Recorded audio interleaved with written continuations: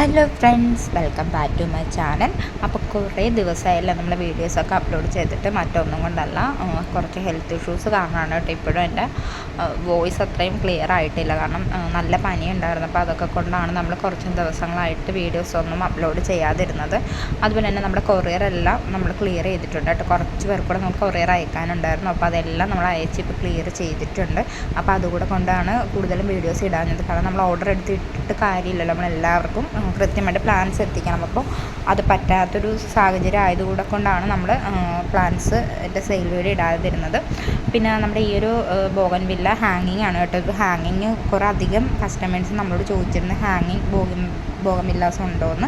അപ്പോൾ അത് നമുക്ക് ഈ പ്രാവശ്യം വന്ന കൂട്ടത്തിൽ വളരെ കുറഞ്ഞ തൈകളേ ഉള്ളൂ കേട്ടോ. ഒരു 5 എണ്ണമേ ഉണ്ടായിരുന്നുള്ളൂ. അത്യാവശ്യം റേറ്റ് കൂടുതലാണ്. അപ്പോൾ അതെല്ലാവരും ഓർക്കാം. പിന്നെ ഉള്ളത് ഈ ഒരു പ്ലാന്റാണ്. ഇതിൻ്റെ നമ്മുടെ റെഡ് പട്ടത്തിയാണ്. അത് ഒരുപാട് പേര് ചോദിച്ചിട്ടുണ്ടായിരുന്നു. അപ്പോൾ നമ്മുടെ ചോദിച്ച സമയത്ത് എൻ്റെ സ്റ്റോക്ക് കഴിഞ്ഞിട്ടുണ്ടായിരുന്നു കേട്ടോ. പുതിയ സ്റ്റോക്ക് വന്നിട്ടുണ്ട്. അടുത്ത നമ്മുടെ മിനിയേച്ചർ പെറ്റൂണിയാണ്. ഇത് നമുക്ക് ഹാങ് ചെയ്തൊക്കെ പിടിപ്പിക്കാൻ വന്നതാണ്.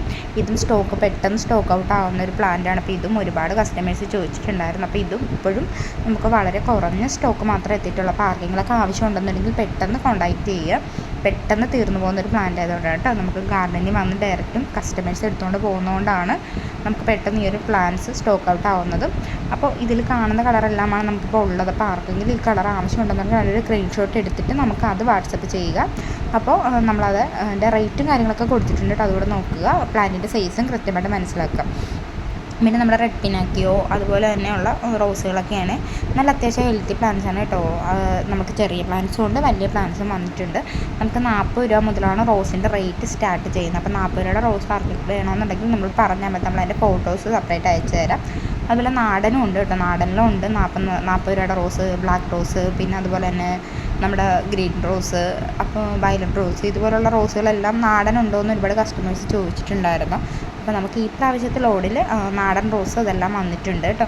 അപ്പോൾ നിങ്ങൾ വേണ്ടുന്നവർ വാട്സപ്പ് മെസ്സേജ് അയക്കും. അപ്പോൾ നമ്മളിപ്പോൾ ഉള്ള വെറൈറ്റീസിൻ്റെ ഫോട്ടോസ് നിങ്ങൾക്ക് ഷെയർ ചെയ്ത് തരുന്നതായിരിക്കും.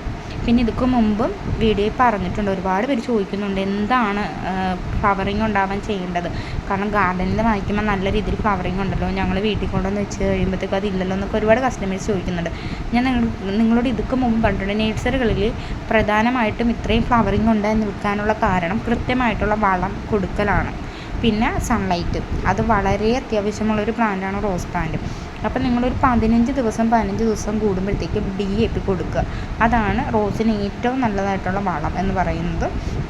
അതുപോലെ തന്നെ DAP കൊടുത്തു കഴിയുമ്പോഴത്തേക്കും നിങ്ങൾ നന്നായിട്ട് നനച്ചും കൊടുക്കണം കേട്ടോ. അത് പ്രത്യേകം ശ്രദ്ധിക്കണം. കാരണം വളമാണ്, ചൂടുമാണ്. പിന്നെ ഒരു കാര്യം ശ്രദ്ധിക്കേണ്ടതെന്ന് വെച്ചത്, ഹെൽത്തി അല്ലാത്ത റോസിനെ ഒരിക്കലും നിങ്ങൾ വളം കൊടുക്കരുത്. കാരണം വളത്തിൻ്റെ ഒരു എഫക്റ്റും കൂടെ ആകുമ്പോഴത്തേക്കും ചിലപ്പോൾ അതിന് സർവൈവ് ചെയ്യാൻ ഭയങ്കര ബുദ്ധിമുട്ടായിരിക്കും. അപ്പോൾ അതുകൊണ്ട് നല്ല ഹെൽത്തി ആയിട്ടുള്ള റോസ് പ്ലാന്റ്സിന് മാത്രം, എന്നുവെച്ചാൽ അത്യാവശ്യം ഹെൽത്തി ആയിട്ടുള്ള പ്ലാന്റ്സിന് മാത്രം നിങ്ങൾ വളം ചെയ്യുക.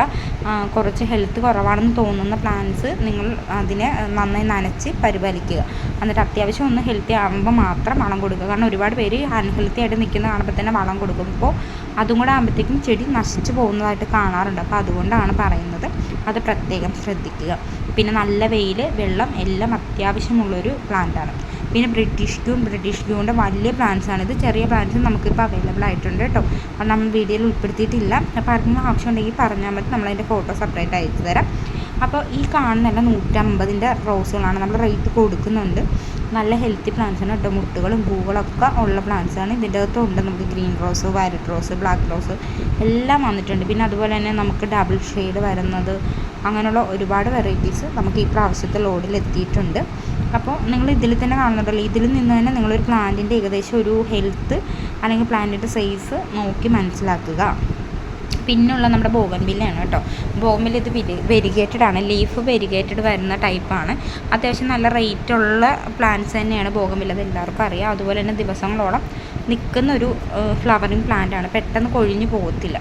പിന്നെ റോസിനെ പോലെ തന്നെ ഇവർക്കും അത്യാവശ്യം നല്ല വെയിൽ വേണ്ടുന്ന ഒരു പ്ലാന്റാണ്. അതുപോലെ തന്നെ ഇവർക്കും DAP തന്നെയാണ് ഏറ്റവും നല്ല വളം. 15 ദിവസം കൂടുമ്പോൾ റോസിന് കൊടുക്കുന്ന പോലെ തന്നെ നമുക്ക് ബോഗൻവില്ലയ്ക്കും വളം കൊടുക്കാവുന്നതാണ്. അപ്പോൾ പ്രത്യേകം ശ്രദ്ധിക്കേണ്ടതെന്ന് വെച്ചാൽ നല്ല വെയിൽ വേണം. വെയിലുണ്ടെങ്കിൽ മാത്രമേ നല്ല രീതിയിലുള്ള ഫ്ലവറിങ് നമുക്ക് കിട്ടത്തുള്ളൂ. അത് ശ്രദ്ധിക്കുക എല്ലാവരും. അപ്പോൾ പിന്നെ ഒരു കാര്യം കൂടെ പറയാനുള്ള മറ്റൊന്നുമല്ല, നമ്മൾ ഓൾറെഡി വീഡിയോയിൽ പറഞ്ഞിട്ടുള്ളതാണ്, നമ്മൾ ഓർഡർ എടുത്ത് 15 വർക്കിംഗ് ഡേയ്സിനുള്ളിലായിരിക്കും നമ്മൾ പ്ലാൻസ് അയക്കുന്നത്.